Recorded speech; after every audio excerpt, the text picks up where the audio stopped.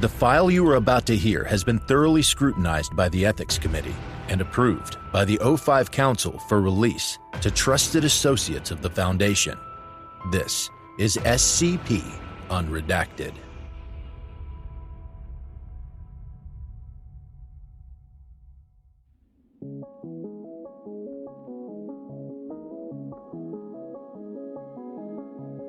Item number 7470. Containment class neutralized. Special containment procedures. The search for Daniel Collins and other missing persons related to SCP-7470 is ongoing and considered a top priority. Monitoring of LeBlanc University and the surrounding environs is to be conducted at all times. Standard Foundation disinformation protocol applies to inquiries by law enforcement or the public regarding the status of the missing persons. The Philip E. Lewis Memorial Auditorium, the hypocenter for the anomaly, has been closed to the public and placed under Foundation jurisdiction under the guise of structural defects. Lunar surveys are ongoing. High Command, stationed on Lunar Area 32, has been asked to review the contents of this file. Contingency protocols for the emergence of unforeseen lunar phenomena are being drafted. All personnel should prepare for a potential Amida-class disruption event. Consult your HMCL supervisor for more information. Description: SCP-7470 was the disappearance of Daniel Collins and associated phenomena on the night of 6 March 2023 at roughly 7 p.m. Collins, who had experience working for NASA and other aerospace organizations, had been a professor of astronomy at LeBlanc University for well over a decade prior to the anomaly. An extensive background check revealed no abnormalities besides an antisocial childhood. Prior to the advent of the anomaly, Collins had been conducting an extensive study on lunar activities using university funds, with an emphasis on the annual variations of orbital patterns. The exact nature of his research was never fully disclosed to the faculty or student body. His findings were expected to be revealed during the lecture that resulted in the anomaly. Readings taken from local monitoring stations after the conclusion of the anomaly revealed slight gravitational abnormalities concurrent with the advent of the anomaly. However, they were not nearly as powerful as the nature of the incident would require. See Addendum A. Theorists currently speculate the anomaly generated a localized spatial temporal anomaly to reduce damage caused by its gravity on planet Earth. However, this cannot be confirmed. Following the conclusion of the anomaly, the Moon now possesses an inverted synchronous rotation, so that its far hemisphere, colloquially known as the dark side, orbits facing the Earth. Foundation-operated astronomical divisions have been placed on notice should future incidents arise, and disinformation campaigns are suppressing ongoing public alarm. Addendum A. Video log. Forward. The following is a recording of SCP-7470, captured by a member of the audience during Collins's lecture on his research findings. The lecture was held at the Philip E. Lewis Memorial Auditorium at LeBlanc University. In attendance were 54 students, faculty, and members of the public. The footage was recovered by Foundation cleanup crews following the conclusion of the anomaly. The camera activates. The stage is empty and the lights are off. Ambient chatter from the audience can be heard. Collins enters from stage right. The audience applauds as light illuminates the stage.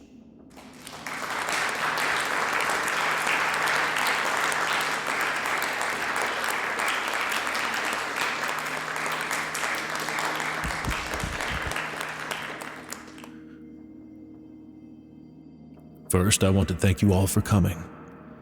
I know the weather has been less than ideal. I just want to let you all know how grateful I am to have an audience here. You're all fantastic. When I was 8, after a particularly nasty bout of night terrors, my mother took me out into the cold Mojave night, sat me down on the dusty rocks, and told me a story. She said that every night, once the sun settles over the horizon, the moon comes out to keep watch over the earth. It kept all the monsters away, she told me. The moon would watch all night. It could see everything, the biggest trees, the smallest mice. She even told me it could see all the fishes of the sea, all the way to the bottom. It was so big, so powerful, none of the monsters dared to face it. It could even see me, of course, sitting cozy in my bed. All night long, it would watch. Then the sun would come up, chase the moon out of the sky, bathe the earth in golden light, until the next night. On and on forever. I don't know where she got that story from, but it did wonders to ease the frightened mind of a child. The moon, guardian of the night. It must be pretty good at its job since I never saw any monsters around. On my 12th birthday, Apollo 11 put men on the moon. For the first time I saw the moon, not through the dirty lens of a telescope, but live on television. Collins begins to pace the stage. The camera pivots to follow him. After that, I became fascinated with space. I mean, really, truly obsessed. You should have seen my bedroom. I had one of those rocket ship beds, the ones you could actually stand up in. I had an astronaut helmet and a flight suit and at least half a dozen telescopes. And let's not forget about the moon in my room. The little bisected moon lamp you hang on your bedroom wall that talks you to sleep. Yes, it's real. Look it up. I got one for Christmas one year. You can click it through the lunar phases, and it'll tell you about science and folklore. I loved it to death. But nothing could compare to the real thing. Collins boots up the stage's projector. It displays an image of the moon. As I got older, I started studying the moon. I'd stare at pictures like this for hours. I'd pore over images from the Apollo missions. Once, I even held a piece of moon rock in my hand, gloved, of course. As embarrassing as it sounds, I would sometimes regard it less as an object and more as a person. Someone rather than something. I think I held a conversation with it on more than one occasion. Could you blame me? I was a loner. Collins points to the projector screen, which shows the cover of the 1974 issue of Popular Science magazine, displaying a group photograph of high schoolers alongside NASA technicians. Collins stands out in the foreground, wearing a bright red Hawaiian shirt and oversized glasses. The audience laughs, to which Collins chuckles. That used to be in style, believe it or not. This was a few years before I got an internship at NASA. I was never on the table for the astronaut program, but I did work directly under those who were. I was jealous of them. I could only be a desk jockey for so long. I needed to get out and make a name for myself. So when I was offered a job here at the university, I was over the moon, no pun intended. I took up a position as an assistant researcher, worked my way up to professor, and, well, the rest is history. Enough about me. You're all here to learn what they won't teach you in Astronomy 101. You've no doubt studied this stuff all your academic career. If you are like me, you've seen every documentary, read every journal you could find about our only natural satellite. Many of you have probably studied the many theories about its creation, that it was flung from the Earth during an early impact event, or captured and brought into Earth's orbit from some other source. Some of you might believe it was always there, formed from the same accretion disk and at the same time as the Earth. Collins clicks to the next slide, an image of the moon cracked with red chasms. This is what the moon would have looked like in its early years. Fragile, impure. Rift valleys like the one on the screen would have made the moon nearly unrecognizable, like the world's biggest omelet. Collins pauses expectantly. The audience does not react. Get it because it looks like an egg. Anyway. Collins clicks to the next slide, an image of the moon as it would have appeared 4 billion years ago. There would have been vast pools of magma, lunar seas. We can only guess what they would have looked like. I always imagined the moon would have appeared as Earth did in her infancy, full of fire and heat and life. Collins clicks to the next slide, a Hawaiian lava flow. Do you know what happens to solid rock when it superheats? Well, it's a bit like taffy. It stretches, becoming something in between a semi-solid and a liquid. The moon would have been amorphous, malleable, and it would have done the same to anything that touched it, assuming it got hot enough. It's hard to believe that our moon could have been anything other than the dead rock it is now, but it was, for millions of years. Let's talk about a bit more recent history. Man has known of the moon as long as we've known of each other. It's been the centerpiece of countless fables, symbols, and religions. It has captured and mystified us longer than we can measure. Collins clicks to the next slide, a grainy, distorted image of the moon. This is the first image of the far side of the moon, as photographed by the Soviet probe Luna 3. The first to see this were the Russians in '59, who later mapped it in '60. By all accounts, they were the first humans in history to have seen the entirety of our moon. They should have been, but they weren't. I saw it first, almost 5 years before the Soviets.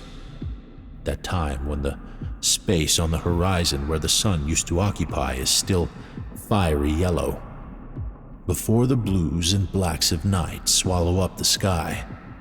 It's then when the moon is most prominent, right as it peaks above the tree line.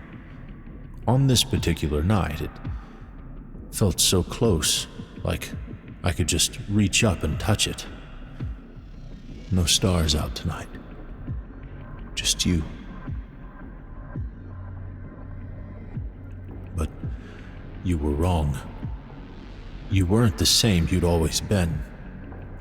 Your face was blemished, scarred.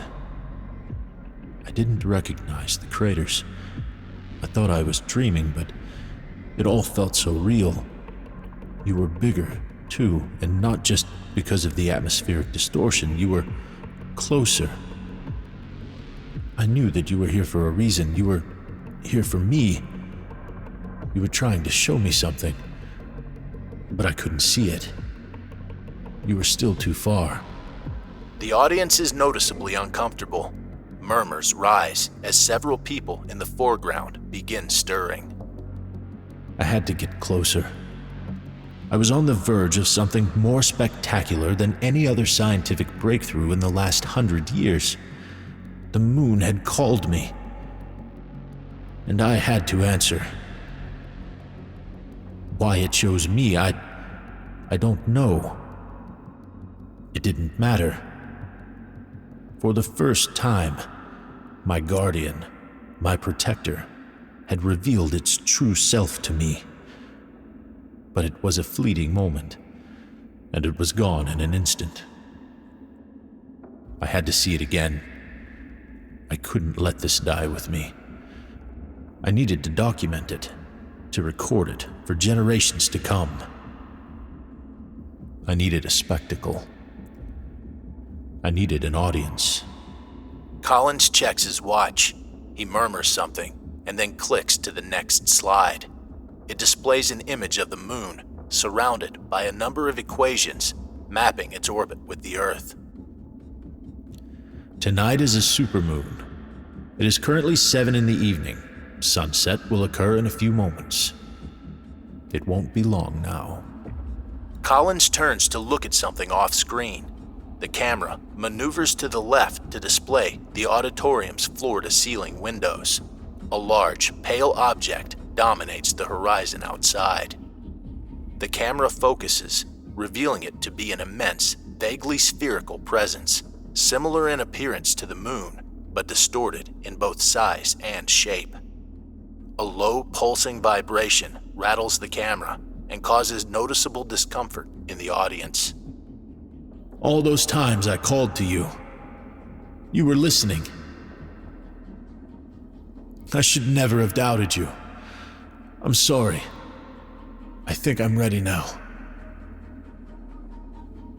Everyone, please don't be alarmed. I will go first to show you it's safe. All I ask is that you watch.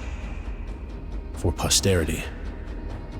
Collins steps down from the stage and cautiously approaches the doors leading out of the building. A low murmur from the audience erupts. Several produce cell phones to record the preceding event. The object on the horizon has grown in size, and the pulsing has increased in tempo and intensity. Collins exits the building, stepping several meters into the open courtyard outside. He is now enveloped in pale light. He is visibly shaking and speaking upward, but his words are unintelligible. The presence is directly above him. The building's power cuts, and the room is bathed in pale light. Collins's body begins being pulled upwards by an invisible force. He is elongated, and his torso stretches toward the presence above. He opens his mouth to scream, releasing a semi-liquefied, red-tinged slurry of blood and internal organs. The substance demonstrates non-Newtonian properties, initially falling to the ground as solid before gradually softening and levitating alongside Collins's upper torso. The audience erupts in screams as the ambient pulsing increases to a deafening volume. Collins's body can be seen becoming gelatinous. Pustules of skin, bone, and hair drip off his body, hang in the air, and then fall upwards. After nearly 3 minutes, Collins's upper body disappears beyond the view of the camera. His lower body continues the stretch without breaking for an additional 10 minutes until it too dissipates from view. Chaos within the auditorium renders much of the remaining footage useless, but at several points, members of the audience could be seen attempting to barricade the auditorium doors shut with their bodies and other movable furniture. After several minutes, the camera is knocked from its tripod and trampled. The remaining few hours of film have been destroyed. Closing. All 54 people present for Daniel Collins's lecture, including Collins himself, have been declared missing. When janitorial staff accessed the building the morning after the anomaly, they found it empty and in disrepair.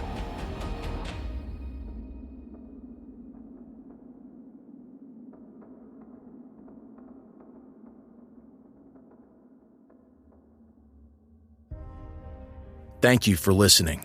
If you like what you hear, join my Discord community, hire me on Fiverr, or help support me by becoming a patron for as little as $3 a month. Regardless of tier, all patrons get early access to every single episode. The links are in the description. I don't have the talent it takes to write a skip. All I do is read.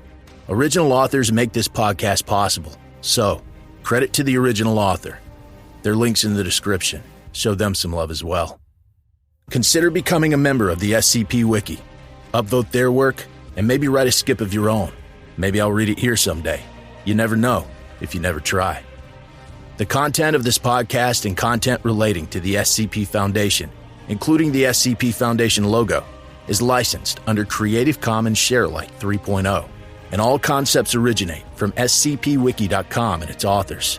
This recording, being derived from this content, is hereby also released under Creative Commons Sharealike 3.0.